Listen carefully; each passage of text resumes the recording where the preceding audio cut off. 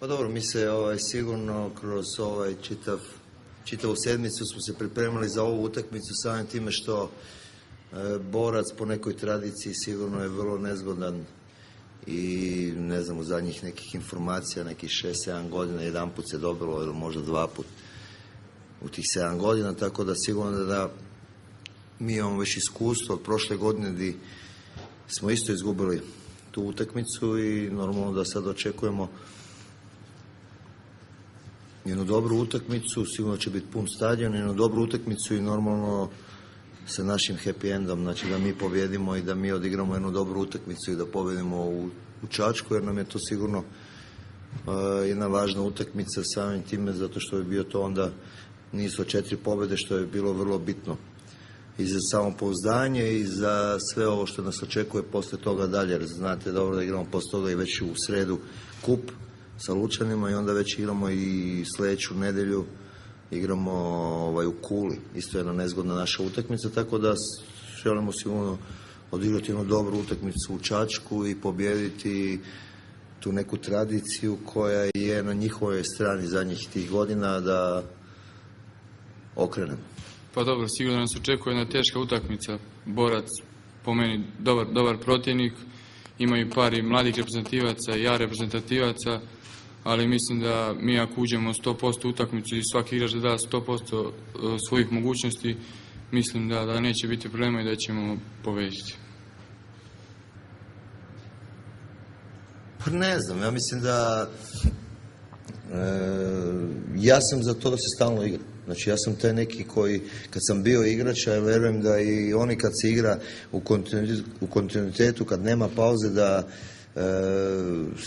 nekako lakše dolaziš u formu, bolje igraš i sigurno da pauza ova nije ništa smetla. Mislim da su igrači se pripremili za nastavak prvenstva koji će sigurno nam sad, kao što sam ti malo prije rekao, ove 3 utakmice koje gostujemo sigurno biti jako važne za sljedeći tok prvenstva.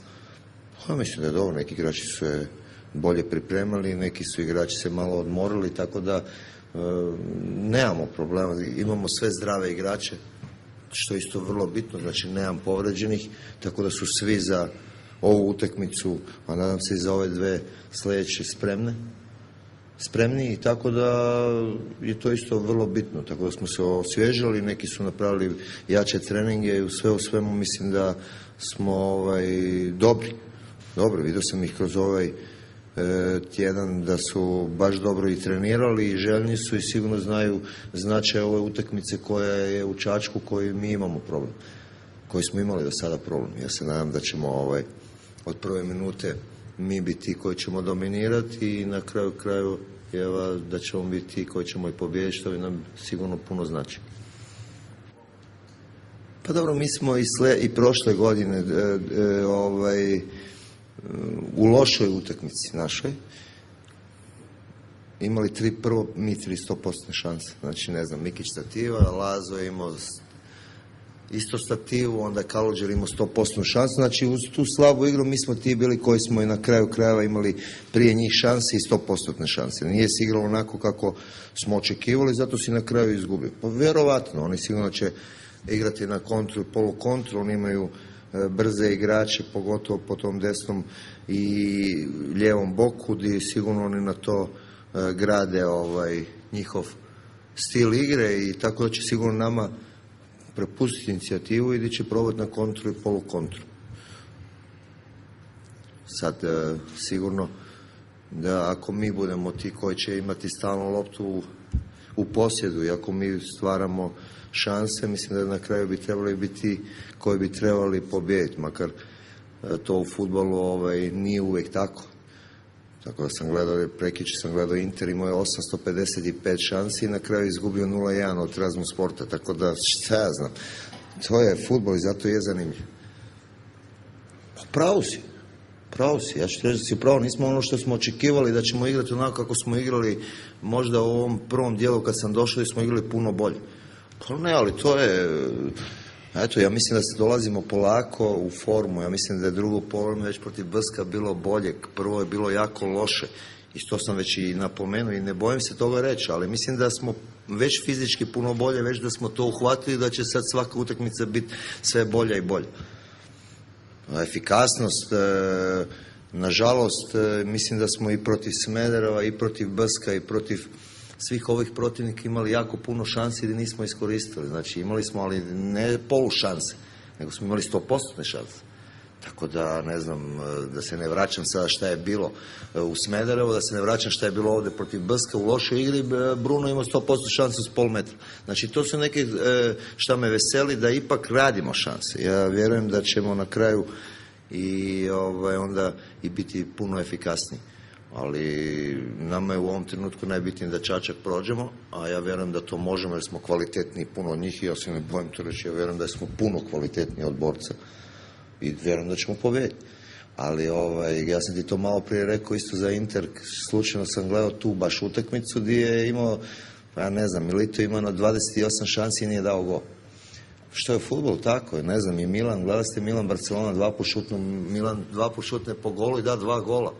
Tako da, zato je zanimljivo, zato svi to i pratite i gledate, ali mislim da je najvažnije da mi smo ovu čitavu sedmicu dobro radili, momci su fizički dobri, motivirani, željni da odigraju jednu pravu utakmicu u Čačku.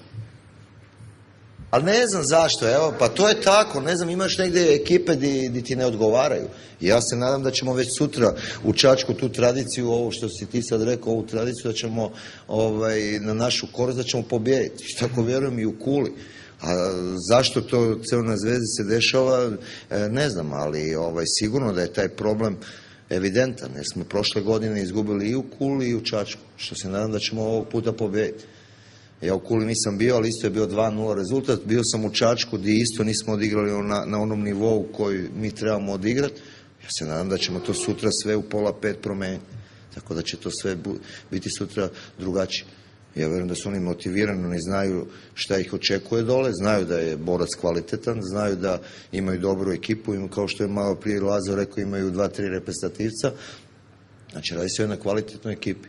Ali vjerujem da smo mi ipak u ovom trenutku bolja ekipa i da ćemo sutra, ako bude angažman, a ne vjerujem zašto da ne bude, ako bude angažman pravi, ako budemo trkački raspoloženi, mi kvalitetu imamo puno bolju i tako da vjerujem u to pobjedu. Mene veseli što su svi zdravi, samim time što imam sada u 7 dana 3 utakmice. Znači, to je vrlo bitno. Znači, nije samo Kula, nego igramo još i u sredu i Lučan. Znači, Mladost Lučani, gdje sigurno želimo i kup nastaviti i odigrati isto jednu dobru utakmicu i proći dalje. Tako da imamo 3 utakmice u 7 dana, što želimo sigurno sve 3 utakmice pobijediti. Tako da ti treba fond igrača.